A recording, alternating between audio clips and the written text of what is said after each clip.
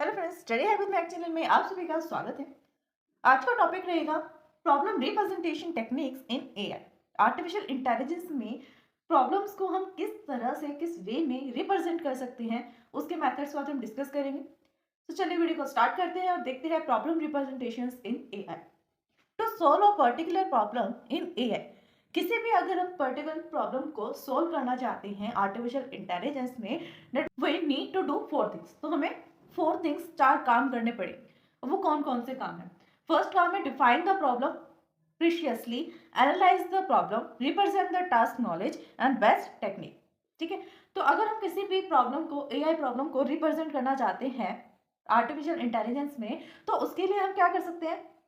उसको डिस्क्राइब करने के, उसको रिप्रेजेंट करने के कौन से मेथड्स हैं? रिप्रेजेंट करने के लिए हमें 4 स्टेप्स को फॉलो करना होगा। चाहे हम किसी भी टाइप के मेथड का यूज कर रहे हैं वो मतलब नहीं है, बट हमें 4 स्टेप्स को तो फॉलो करना ही होगा। और वो 4 स्टेप्स हैं। फर्स्ट स्टेप आता है डिफाइन द प्रॉब्लम प्रीशियसली, कि जो कोई भी प्रॉब्लम है जिसको हम सोल्व करना चाहते हैं, उसको प्रीशियसली मतलब अच्छी तरह से उसको डिफाइन किया जाए। एक एक चीज उसके बारे में बताई जाए, डिस्क्राइब की जाए। Like what is the initial situation, कि अभी हम करंट स्टेज पर कहाँ हैं, क्या उसकी इनिशियल स्टेट है, इनिशियल सिचुएशन क्या है उस प्रॉब्लम की। अगर हमें इनिशियल सिचुएशन पता होगा, स्टेज पता होगी, तभी तो हम नेक्स्ट स्टेज पर पहुंच सकते हैं। अगर हमें यही नहीं पता कि प्रॉब्लम की स्टार्टिंग क्या है, प्रॉब्लम का बेस क्या है, देन हम प्रॉब्लम को कैसे रेड करें, कैसे उसको सोल्व करें और सेकंड स्टेज पर कैसे पहुंचे। ठीक है, तो किसी भी प्रॉब्लम को सोल्व करने के लिए सबसे पहला काम होता है उसको डिफाइन करना। डिफाइन करने का मतलब है कि उसकी इनिशियल स्टेज का पता होना, what will be the final stage, और आपको आउटपुट कैसा चाहिए, क्या आउटपुट चाहिए, आप क्या चाहते हो कि फाइनल स्टेज पर जाकर क्या हो। एक तो उसकी इनिशियल कंडीशन बताओ कि अभी जो प्रॉब्लम है उसकी कंडीशन क्या है, कैसे उसकी इनिशियल स्टेज है, कौन सी स्टेज है। फिर नेक्स्ट स्टेज उसको ये बतानी होती है कि आप फाइनल आउटपुट चाहते क्या हो, कैसा दिखना चाहिए। जैसे कि आप सपोज करो कि एक वेब डेवलपमेंट की कंपनी है, उस कंपनी के पास एक कस्टमर जाएगा। कस्टमर ने उनको बोला कि मुझे एक वेबसाइट बनवानी है। ये हमारी इनिशियल स्टेज है। ठीक है, ये इनिशियल स्टेज है, इनिशियल सिचुएशन है कि एक कस्टमर को एक वेब डेवलपर से एक वेबसाइट डेवलप करवानी। ये इनिशियल स्टेज है, प्रॉब्लम है वेबसाइट को डेवलप करना। फिर उसकी फाइनल स्टेज हम बताएंगे।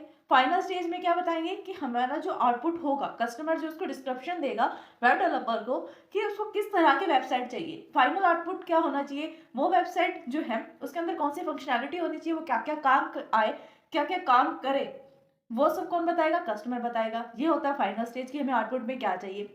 एक्सेप्टेबल सॉल्यूशंस, और किस किस तरह का, अगर एग्जैक्ट सॉल्यूशन आपको नहीं मिल रहा तो ऑप्टिमल सॉल्यूशन मिलेगा, एग्जैक्ट सॉल्यूशन मिलेगा, सेटिस्फैक्टरी सॉल्यूशन मिलेगा। वो काम भी कौन बताएगा? वेब डेवलपर ही बताएगा कस्टमर को कि उस जिस तरह की वेबसाइट कस्टमर चाहता है क्या उसको सेम वैसी मिलेगी, उससे मिलती जुलती मिलेगी, या वैसे नहीं हो सकता। जो भी टाइप का सॉल्यूशन होगा वो वेब डेवलपर कस्टमर को बता देगा। इसी तरह से होता है रिप्रेजेंटेशन में कि जो भी सॉल्यूशन हो सकते हैं, नंबर ऑफ सॉल्यूशंस है एआई के पास तो, बट उसके अंदर से भी जो जो सॉल्यूशन हम यूज कर सकते हैं, सिर्फ उन्हीं सॉल्यूशन को हम सेपरेट कर देंगे। ठीक है, नेक्स्ट स्टेज पर हम जाएंगे, एनालाइज करेंगे प्रॉब्लम को। अब हमें ये पता लग गया प्रॉब्लम क्या है, कौन से स्टेज पर है, इनिशियल स्टेज क्या है, आउटपुट में हमें क्या चाहिए और कौन से सॉल्यूशन हम यूज कर सकते हैं। फिर हम करेंगे प्रॉब्लम को एनालाइज। अब प्रॉब्लम को एनालाइज कैसे कर सकते हैं? वेरियस पॉसिबल टेक्निक्स हैं जिससे हम प्रॉब्लम को एनालाइज कर सकते हैं, डिफरेंट डिफरेंट टेक्निक्स हैं। नेक्स्ट स्टेप आता है रिप्रेजेंट द टास्क नॉलेज। जो भी नॉलेज है हमें उस पर्टिकुलर फील्ड के बारे में या प्रॉब्लम के बारे में, उस नॉलेज को हम एक्सप्लेन करते हैं, अपना एक्सपीरियंस शेयर करते हैं। उसमें देखेंगे कि कौन सा ऐसा एक्सपीरियंस है जो हम इस प्रॉब्लम को सॉल्व करने में लगा सकते हैं। Isolate and represent the task knowledge that is necessary to solve the problem. ऐसी नॉलेज जो जरूरी है इस पर्टिकुलर प्रॉब्लम को सॉल्व करने के लिए, कौन सी प्रॉब्लम हम यूज कर सकते हैं, कौन सा एक्सपीरियंस यूज कर सकते हैं, वो हम बताएंगे रिप्रेजेंटेशन टास्क नॉलेज में। फिर आता है बेस्ट टेक्निक। अब सब कुछ देख लिया हमें, प्रॉब्लम क्या है, स्टार्टिंग स्टेज क्या है, फाइनल स्टेज क्या चाहिए, कौन से सॉल्यूशन हम यूज कर सकते हैं, कौन से ऐसे सॉल्यूशन है, किस टाइप का सॉल्यूशन मिलेगा, नॉलेज जो भी रिप्रेजेंट करनी थी वो हमने रिप्रेजेंट कर ली, प्रॉब्लम को भी एनालाइज कर लिया, सब कर लिया। बट अब हम फाइनल डिसीजन मेकिंग करेंगे। डिसीजन मेकिंग में हम ये चूज करेंगे कि कौन सा ऐसा बेस्ट सॉल्यूशन टेक्निक है जो हम यूज करेंगे, फाइनली यूज करेंगे इस प्रॉब्लम को सोल्व करने के लिए।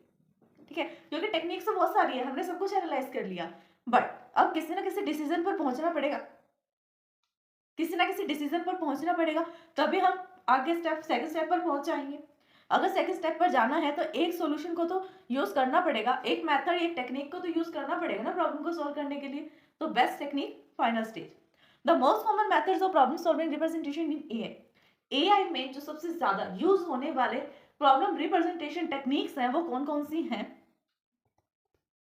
वो प्रॉब्लम्स हैं problem representation in AI. AI में जो प्रॉब्लम रिप्रेजेंटेशन हम करते हैं दो तरीके से कर सकते हैं। एक तो होता है स्टेट स्पेस रिप्रेजेंटेशन, सेकंड होता है प्रॉब्लम रिडक्शन।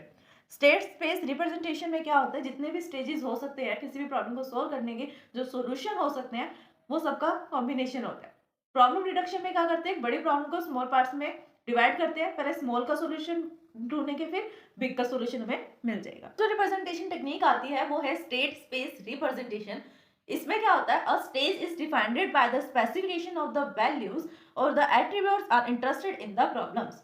इसके अंदर हम क्या करते हैं, यहाँ पर एक स्टेट होता है, स्टेट कोई राज्य वाला नहीं, स्टेट में से कोई सिचुएशन, एक कोई सिचुएशन होती है that is defined bye specification of the values, जिसको हम उसकी स्पेसिफिकेशन से स्पेसिफाई कर देते हैं कि ये प्रॉब्लम है, इसका सॉल्यूशन ये भी हो सकता है, ये भी सॉल्यूशन हो सकता है, सॉल्यूशन 3 है, सॉल्यूशन 4 है, मतलब जितने भी सॉल्यूशन होंगे उसको हम एक स्पेस में रखते हैं। स्टेट जितने भी सॉल्यूशन है, जैसे इनिशियल स्टेट है, गोल स्टेट क्या है, इंटरमीडिएट स्टेट क्या है, ये सब स्टेट्स है। इसके अंदर जो सॉल्यूशन हम यूज कर सकते हैं वो स्टेट स्पेस होता है, ठीक है। And operator changes the state. अगर हम चाहते हैं कि हम एक स्टेट से किसी दूसरे स्टेट तक जा सके, स्टेट को आप स्टेजेस भी बोल सकते हो, स्टेप्स भी बोल सकते हो, ठीक है। यहाँ पर स्टेज वर्ड का यूज किया गया तो हमें स्टेट ही बोला है। एक स्टेट से किसी सेकंड स्टेट तक जाने के लिए आप ऑपरेटर्स का यूज करते हो, ठीक है। जैसे सपोज करो कि हमारे पास इनिशियल स्टेट है, किसी प्रॉब्लम को सोल्व करना है, 2+2 करना है, ठीक है। तो 2+2 कैसे होगा, जो 2 एंड 2 है, यहाँ पर 2 बार 2 लिखा हुआ है, तो ये 2 किसके लिए है, ये 2 है ऑपरेंड, एंड जो बीच में इसका प्लस का सिंबल यूज हो रहा है ये है ऑपरेटर। अगर इस ऑपरेटर का हम यूज कर देंगे, इस ऑपरेटर को अप्लाई कर देंगे ऑपरेंड पे, तो क्या होगा, वो इस 2+2 को इक्वल्स टू 4 बना देगा, मतलब एक स्टेट से किसी दूसरे स्टेट पर ले जाएगा। अगर हम किसी भी स्टेट के ऊपर कोई भी ऑपरेटर यूज करेंगे तो वो उसकी स्टेट को चेंज कर देगा, फर्स्ट स्टेट से सेकंड वाली स्टेट पर ले जाएगा। ये काम होता है ऑपरेटर का।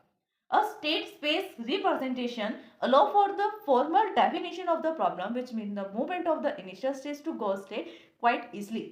अगर हम ऑपरेटर्स का यूज करते हैं तो उस ऑपरेटर का यूज करने की वजह से इनिशियल स्टेज से गोल स्टेज तक जाने का जो रास्ता होता है, जो मेथड हम यूज करेंगे वो जल्दी से जल्दी चेंज हो जाएगा।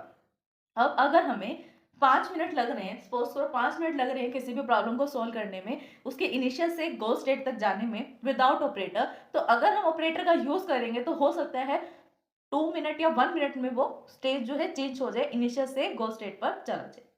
अब इसकी डेफिनेशन क्या है, a set of all possible states for the given problem is known as the state space representation। इसके कहने का मतलब है डेफिनेशन में कि a set of all possible state, जितने भी सॉल्यूशन हो सकते हैं किसी भी प्रॉब्लम को सॉल्व करने के लिए, उन सबके सब सॉल्यूशन को हम एक स्पेस में रखते हैं, उनका एक सेट बना देते हैं, जिससे जब कभी भी हमें उन प्रॉब्लम्स को सॉल्व करने के लिए जो सॉल्यूशन चाहिए उनको यूज करना हो, एक बार ट्रैवर्स करना हो, तो हम कर सके। हम क्या करने हैं, देखो एक प्रॉब्लम है, उस प्रॉब्लम को सोल्व करने के लिए सपोज करो 5 सॉल्यूशंस पॉसिबल हैं, तो जितने भी सॉल्यूशन पॉसिबल हैं 5 के 5 सॉल्यूशंस का हम एक सेट बना देंगे और उस सेट को क्या डोनेट कर देंगे कि ये इस प्रॉब्लम को सोल्व कर सकते हैं, ठीक है। अब एक सम को सोल्व करने के लिए डिफरेंट मेथड्स हो सकते हैं, वैसे एक प्रॉब्लम को सोल्व करने के लिए डिफरेंट सॉल्यूशंस हो सकते हैं। जब हम इन डिफरेंट डिफरेंट सॉल्यूशंस को एक सेट बना देते हैं, एक स्टेट में रख देते हैं, तो उस स्टेट को हम स्टेट स्पेस बोलते हैं उस पर्टिकुलर प्रॉब्लम के लिए, कि इस प्रॉब्लम का स्टेट स्पेस क्या है, ये 5 सॉल्यूशंस है, ठीक है। इस पूरे ग्रुप को क्या बोलेंगे, स्टेट स्पेस रिप्रेजेंटेशन। डेफिनेशन क्या है इसकी, state space represents a problem terms of states and operators that changes the state. जब कभी भी हम किसी भी प्रॉब्लम को स्टेट स्पेस रिप्रेजेंटेशन का यूज करके रिप्रेजेंट करते हैं, क्या कहना चाहते हैं हम, देखो कोई प्रॉब्लम है, उस प्रॉब्लम को सोल्व करने के लिए अगर हम स्टेट स्पेस रिप्रेजेंटेशन का यूज कर रहे हैं तो उस टाइम पर हम किस टर्म में बात करेंगे, हमारी टर्म्स होगी स्टेट और ऑपरेटर्स, क्योंकि स्टेट है, स्टेट पर ऑपरेटर यूज करेंगे तो क्या हो जाएगा, स्टेट्स जो है चेंज हो जाएगी, वही लिखा हुआ है यहाँ पर कि चेंज हो जाएंगी स्टेट। अगर हम स्टेट रिप्रेजेंटेशन की बात करें किसी प्रॉब्लम को लेकर, that the terms of the states and the operators that changes the state, जिससे स्टेट जो है वो चेंज हो जाए। तो फ्रेंड्स आज के लिए बस इतना ही।